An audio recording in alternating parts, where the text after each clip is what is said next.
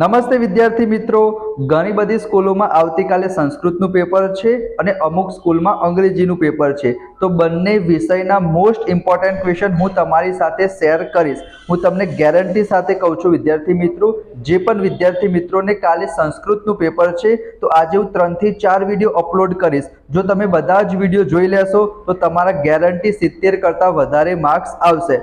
આજે આપણે જોવાના છીએ વિદ્યાર્થી મિત્રો વિભાગ બી. વિભાગ એ નો ઓલરેડી આપણે એક વિડીયો અપલોડ કરી દીધો છે.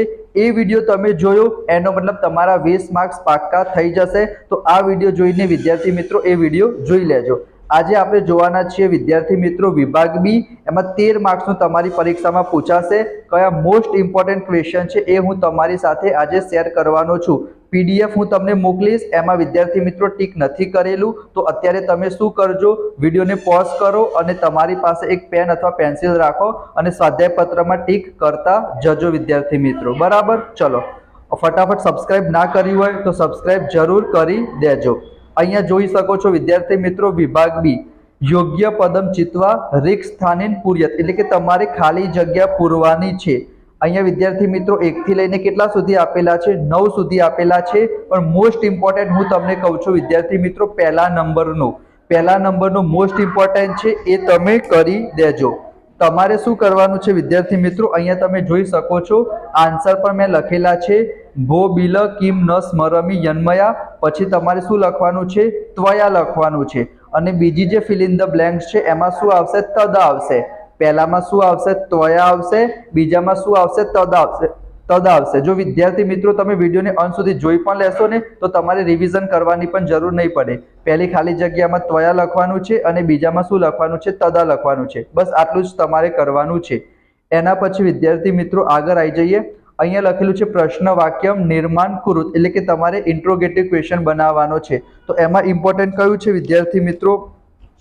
એમાં તમારે કરવાનું છે વિદ્યાર્થી મિત્રો બીજા નંબરનું. અહીંયા તમે જોઈ શકો છો શું લખેલું છે? સંન્યાસીજનાહ કાશાન વસ્ત્રાની પરિધાર્યંતી. તો એમાં તમારે શું લખવાનું છે? જ્યાં અંડરલાઈન કરેલી છે ત્યાં તમારે કે લખવાનું છે.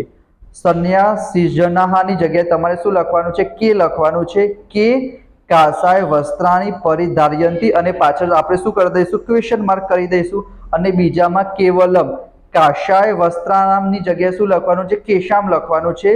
ત્યાગ કરતું વદામી. બરાબર, આ બીજા નંબરનું મોસ્ટ ઇમ્પોર્ટન્ટ છે જે તમારી કાલની પરીક્ષામાં પૂછાઈ શકે છે. બરાબર, સંન્યાસીજનાની જગ્યાએ કે લખવાનું છે અને કાશાય વસ્ત્રાનામની જગ્યાએ શું લખવાનું છે વિદ્યાર્થી મિત્રો? તમારે કેશામ લખવાનું છે.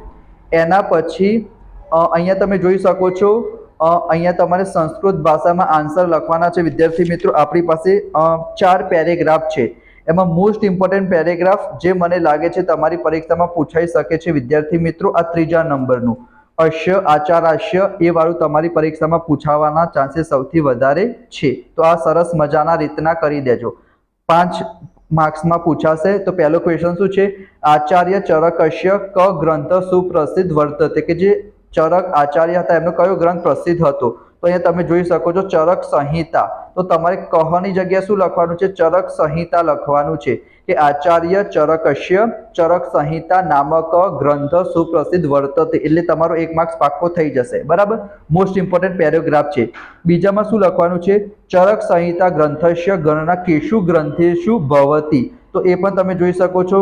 બીજી લાઈન બેઠી લખવાની છે કે આયુર્વેદસ્ય પ્રાચીનતમેષુ વિશ્વવિખ્યાતેષુ ચ ગ્રંથેષુ અસ્ય ગણના ભવતી. બરાબર, એના પછી ત્રીજા નંબરનો છે કે ચરક સંહિતા પ્રકરણેષુ કતિ અધ્યાય સંતિ, કે કેટલા અધ્યાય છે? તો તમે જોઈ શકો છો 120. એટલે તમારે શું લખવાનું છે? ચરક સંહિતાસ્યા પ્રકરણેષુ વિસંત્યુતર એકશતમ અધ્યાય સંતિ. બરાબર, 120 અધ્યાય છે. પછી ચોથો ક્વેશ્ચન શું છે?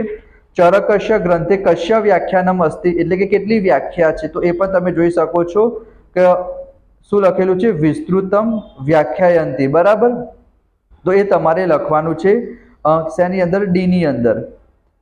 એના પછી ડીમાં તમારે છેલ્લી 3 લાઈન લખવાની છે. તમે જોઈ શકો છો અસ્મિન વ્યાખ્યાને જ્વર રક્તપિત્ત ઉન્માદ અતિસાર, એ આખી સંધિ સુધી લખવાનું છે. બરાબર, ઈ ની અંદર. અને ડીમાં મેં તમને શું કીધું? કશ્ય વ્યાખ્યાન અસ્તિ, તો ઔષધ યોગાનમ વિસ્તૃતમ વ્યાખ્યાન મસ્તિ. એ તમારે ડી થઈ જશે. અને ઈમાં જે 3 લાઈન છે એ તમારે લખવાની છે, બરાબર.